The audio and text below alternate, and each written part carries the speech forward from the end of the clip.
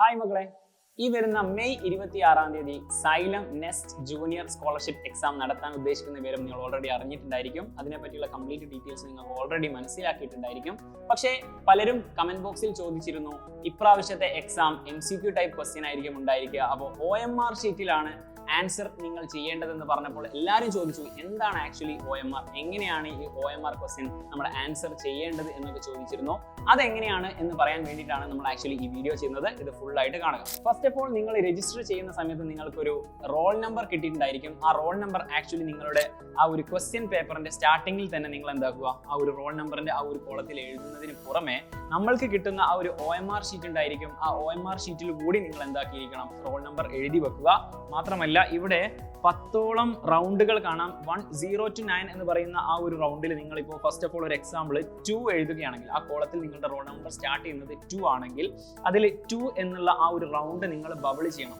ആ ബബിൾ ചെയ്യുന്ന സമയത്ത് ശ്രദ്ധിക്കേണ്ട ഒരു കാര്യം, ജസ്റ്റ് ഇൻഡു ഇടുകയോ അല്ലെങ്കിൽ ടിക്ക് ഇടുകയോ അല്ലെങ്കിൽ ഹാഫ് ബബിൾ ചെയ്യുകയോ ചെയ്താൽ അതെന്താവില്ല, കറക്റ്റ് ആവുകയില്ല.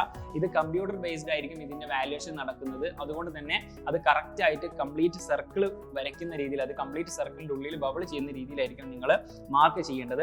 ഇപ്പൊ നെക്സ്റ്റ് രണ്ടാമത്തെ ആ ഒരു റോൾ നമ്പറിന്റെ രണ്ടാമത്തെ ഡിജിറ്റ് എന്ന് പറയുന്നത് 0 ആണെങ്കിൽ ഇവിടെ കാണുന്ന ഫസ്റ്റിൽ കാണുന്ന ആ ഒരു 0 എന്ന് പറയുന്ന റൗണ്ട് കംപ്ലീറ്റ് നിങ്ങൾ ബബിൾ ചെയ്യുകയാണ് വേണ്ടത്.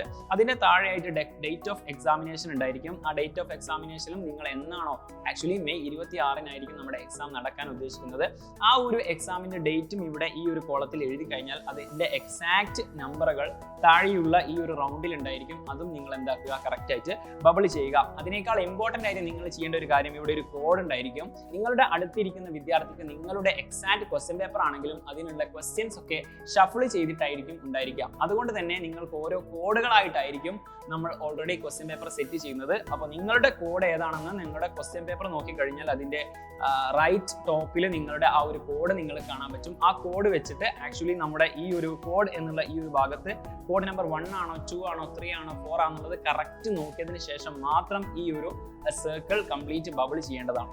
ഇനി നമുക്ക് ചെയ്യേണ്ടത് ക്വസ്റ്റ്യന്റെ ആൻസർ ചെയ്യുകയാണ്. നിങ്ങൾ ക്വസ്റ്റ്യൻ പേപ്പർ എടുക്കുന്ന സമയത്ത് ഫോർ എക്സാമ്പിൾ ഒന്നാമത്തെ ക്വസ്റ്റ്യനിൽ നമുക്ക് 4 ഓപ്ഷനുകളായിരിക്കും ഉണ്ടായിരിക്കുക.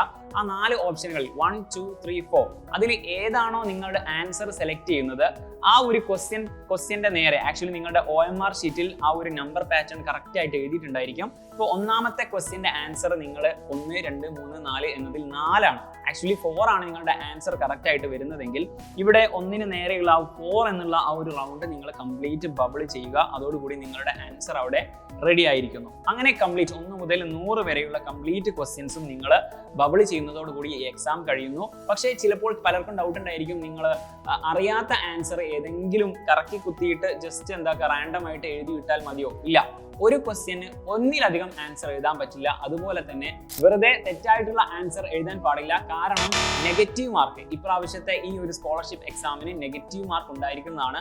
അതുകൊണ്ട് തന്നെ റാൻഡം ആയിട്ട് ഏതെങ്കിലും ആൻസർ ജസ്റ്റ് ബബിൾ ചെയ്ത് പോവുക എന്നുള്ളത് അത് എന്തായിരിക്കും, അതൊരു നെഗറ്റീവ് ആയിരിക്കും. അതുകൊണ്ട് അത് ചെയ്യാതിരിക്കുക. മാക്സിമം അറിയുന്ന ആൻസർ തന്നെ എന്താക്കുക, അത് എഴുതുക. അല്ലാത്തത് ഒഴിവാക്കി വിടുക. അവിടെ ബബിൾ ഒന്നും ചെയ്യാതിരിക്കുകയാണ്. അപ്പോൾ നമ്മുടെ xylem nest junior scholarship exam വരുന്നത് 120 മിനിറ്റ്സ് ആയിരിക്കും. നമ്മുടെ ബേസിക് സയൻസിൽ നിന്നും അതുപോലെ തന്നെ മാത്സിൽ നിന്നും 100ഓളം ക്വസ്റ്റ്യൻസ് ആയിരിക്കും ഈ ഒരു സ്കോളർഷിപ്പ് എക്സാമിന് ഉണ്ടായിരിക്കുക. നിങ്ങൾ മാത്രമല്ല, നിങ്ങളുടെ ഫ്രണ്ട്സിനും ഇത് അയച്ചു കൊടുക്കുക. ഈ ഒരു എക്സാം നിങ്ങൾക്ക് ഭയങ്കര യൂസ്ഫുൾ ആയിരിക്കും. കാരണം 1 കോടിയോളം രൂപ വരുന്ന സ്കോളർഷിപ്പുകളാണ് ആക്ച്വലി ഈ എക്സാമിന് ശേഷം നിങ്ങൾക്ക് വരാനിരിക്കുന്നത്.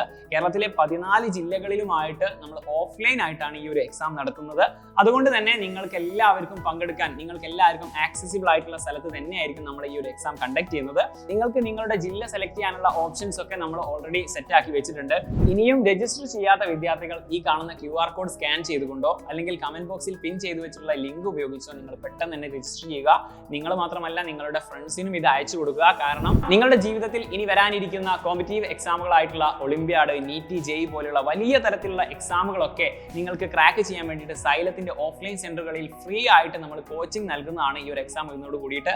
മാത്രമല്ല, ഈ ഒരു എക്സാം എഴുതുന്നതോട് കൂടിയിട്ട് നിങ്ങളുടെ കഴിവ്, നിങ്ങളുടെ ഏത് കരിയറാണ് ചൂസ് ചെയ്യേണ്ടതെന്നുള്ളതിന്റെ ഒരു ഗൈഡൻസ് കൂടി നിങ്ങൾക്ക് ലഭിക്കുന്നതാണ്. അപ്പോൾ ഒരിക്കലും ഇത് മിസ് ചെയ്യരുത്.